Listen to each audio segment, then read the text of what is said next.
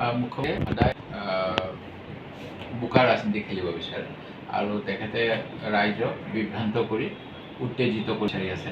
প্ৰকৃত কথাখিনি হ'ল বাংলাদেশী যদি আছে তেতিয়াহ'লে চৰকাৰৰ দায়িত্ব বাংলাদেশীসকলক দেশৰ প্ৰচলিত আইন অনুসৰি যেনেধৰণৰ ব্যৱস্থা ল'ব লাগে, ভোটাধিকাৰৰ পৰা বঞ্চিত কৰাকে আদি কৰি বিতৰণৰ ব্যৱস্থা গোটেইখিনি কৰিব লাগে। এই ক্ষেত্ৰত প্ৰধানমন্ত্ৰী নৰেন্দ্ৰ মোদী ডাঙৰীয়াই যি কথা কৈছিল তেখেতে প্ৰধানমন্ত্ৰী হোৱাৰ পূৰ্বে 10 বছৰ পূৰ্বে সেই কথাখিনিও মুখ্যমন্ত্ৰীয়ে কিছু পাগুলিয়াই লোৱা উচিত যে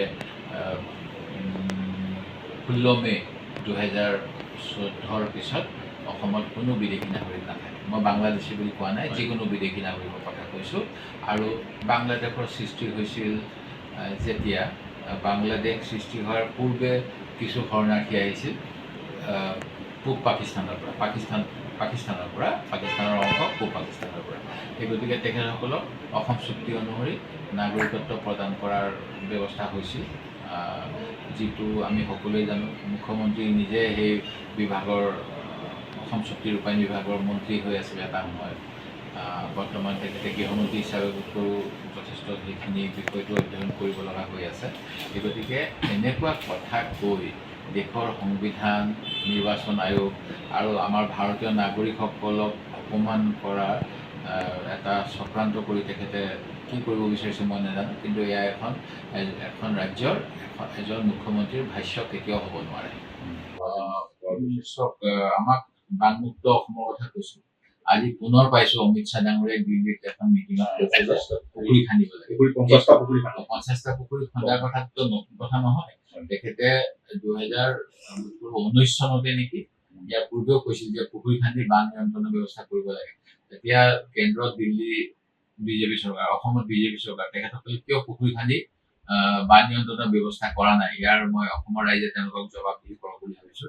এনেকুৱা যি বুদ্ধি দিছে, বাকী তেখেতসকলৰ ফালৰ পৰা যেতিয়া শাসনত নাছিল সেইখিনি সময়ত অসমৰ ৰাইজক আশ্বাস দি গৈছিল তেখেতসকলৰ শীৰ্ষ নেতৃত্বই যে বানপানী আৰু খহনীয়াক ৰাষ্ট্ৰীয় সমস্যা বুলি ভাৰতীয় জনতা পাৰ্টী চৰকাৰ কেন্দ্ৰত আহিলে ঘোষণা কৰিব আৰু অসমক বানমুক্ত কৰিব।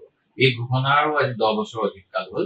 আৰু ইয়াৰ পিছত অসম চৰকাৰে যেতিয়াই অৱশ্যে আমাৰ মুখ্যমন্ত্ৰী যথেষ্ট আত্ম অভিমানী, তেখেতে সকলো সময়তে সাহায্য নিবিচাৰে, নিজৰ স্বপুঁজি বুলি এটা পুঁজিৰ বৃহৎ সৃষ্টি কৰিছে।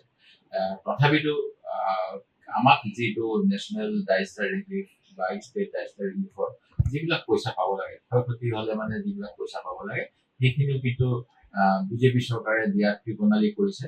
মই ভাবোঁ আমাৰ বিধানসভাৰ যিসকল বিধায়ক, বিশেষকৈ শাসকীয় পক্ষৰ ফালৰ পৰা আমালৈ এটা আহ্বান আহিব লাগে যে আমি সকলোৱে পুনৰবাৰ বিধানসভাৰ ফালৰ পৰা প্ৰস্তাৱ লওঁ যে বিজেপি দলে আমাক পূৰ্বতে দিয়া প্ৰতিশ্ৰুতি অনুসৰি বানপানী আৰু খহনীয়াক ৰাষ্ট্ৰীয় সমস্যা বুলি ঘোষণা কৰি যাৱতীয় পুঁজি দিয়াৰ ব্যৱস্থা কৰিব লাগে। অকল ঘোষণা কৰিলে নহ'ব। মুখ্যমন্ত্ৰী মহোদয়ে কেতিয়াবা কয় ঘোষণাত কি আছে, পুঁজিটোহে আচল। সেই গতিকে ঘোষণাও লাগে, পুঁজিও লাগে। এই দুইটা কাম কৰিবলৈ মাননীয় অসম চৰকাৰক মই আহ্বান জনাইছোঁ। বিশেষ অধিৱেশন বিধানসভাৰ পতাৰ ব্যৱস্থা কৰক। বিধানসভাত কিন্তু বিভিন্ন ধৰণৰ আলোচনা, কিন্তু তাৰ পৰিৱৰ্তে কিন্তু তেনেকুৱা আলোচনা সেইটোৱে ডাঙৰ ঘটনা যে বিধানসভাৰ যিবিলাক আলোচনা হয় তাৰ বহুখিনি ৰূপায়ী নহয় আৰু বিধানসভাত বহুত মিছা কথা কোৱা হয়। আমি বিধানসভাখন চলাবলৈ যিখিনি আমাৰ পূৰ্বৰ বিধায়কসকলে যেনেধৰণৰ এটা পৰম্পৰা ৰাখিছিল আৰু শাসক পক্ষই তাক কেনেকৈ সন্মান জনাইছিল, এই কথাখিনি বৰ্তমান শাসক পক্ষই তেনেধৰণৰ দায়িত্ব পালন নকৰে। যাৰ বাবে আপোনালোকে তাত বহি থাকক, আপোনালোকে এইফালে আহিব নোৱাৰে, এনেকুৱা ধৰণৰ উপলঙাসূচক মন্তব্য কৰে, যিটো গণতন্ত্ৰৰ বাবেই ভাবুকি। নিশ্চিতভাৱে পূৰ্বতে যেতিয়া বিধানসভাত যিকোনো কথা চৰকাৰী পক্ষৰ পৰা কোৱা হয় সেইবিলাক প্ৰতিশ্ৰুতি হিচাপে পালন কৰে। ঠিক তেনেকৈ নিৰ্বাচনৰ সময়ত দিয়া যিবিলাক মেনিফেষ্টোৰ কথা সেইবিলাক কিন্তু জুমলা বুলি নকয়। আজিকালিতো শাসক পক্ষৰ যি ৰাষ্ট্ৰীয় সভাপতি তেখেতে কৈ দিয়ে নিৰ্বাচনৰ সময়ত আমি কি কথা কওঁ সেইবিলাক গুৰুত্ব দিব নালাগে, সেইবিলাক জুমলা। এনেকৈ ক'লে যি আমাৰ সংসদীয় ব্যৱস্থা ই কেতিয়াও সফল হ'ব নোৱাৰে।